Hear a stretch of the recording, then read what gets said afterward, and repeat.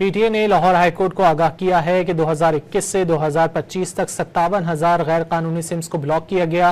गैर कानूनी सिम्स से मुतालिक केस की समाअत में लाहौर हाईकोर्ट ने पीटीए को रूल्स पर मुकम्मल अमल करवाने की हिदायत करते हुए रिपोर्ट तलब कर ली। तफसीलात जानेंगे डॉन न्यूज के नुमाइंदे राना बिलाल से। राना बिलाल, गैर कानूनी सिम्स से मुतालिक केस के हवाले से आगाह कीजिएगा।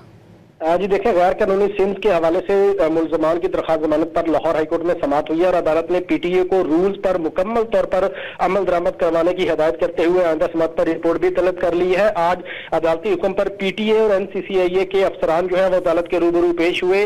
डायरेक्टर लीगल पीटीए ने अदालत को बताया कि एनसीसीआईए ने पीटीए से मिलकर गैर कानूनी सिम्स के खिलाफ कार्रवाइयां शुरू कर दी हैं और पॉलिसी के खिलाफ वर्जी करने वाले 3 कंपनियों को शोकॉज नोटिस भी जारी किए गए हैं। पीटीए ने अदालत को यह भी बताया कि बायोमेट्रिक मशीन के लिए भी एसओपी बना लिए गए हैं और अदालत ने यह इस्तफसार किया जो मोबाइल फोन और सिम किसी क्रिमिनल एक्टिविटी में इस्तेमाल हो उसे फौरी तौर पर ब्लॉक किया जाए। और 4 मोबाइल कंपनियां जो है तो इस हवाले से जो पीटीए के वकील है उनकी जानिब से कहा गया कि उनसे रिपोर्ट भी तलब की गई है।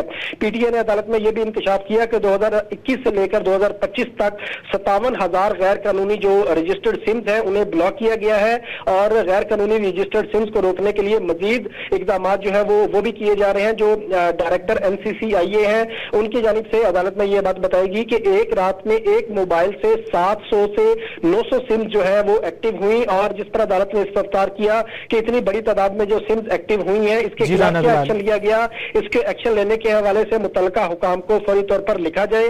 जस्टिस अली ज़िया बाजवा ने मुल्ज़म शहबाज और अदनान की दरख्वास्त जमानत पर समाअत की और दरख्वास्त गुजारों की जानिब से जैन कुरैशी और आसम मुमताज एडवोकेट अदालत में पेश हुए थे। ताहम अदालत की जानिब से जो मुतल्लिका अदारे हैं उन्हें हुक्म दिया गया है कि पीटीए को रूल्स पर मुकम्मल तौर पर ये अमल दरामद करवाएं और आइंदा समाअत पर जो अमल दरामद रिपोर्ट्स हैं वो भी तहरीरी सूरत में अदालत के रूबरू पेश करें।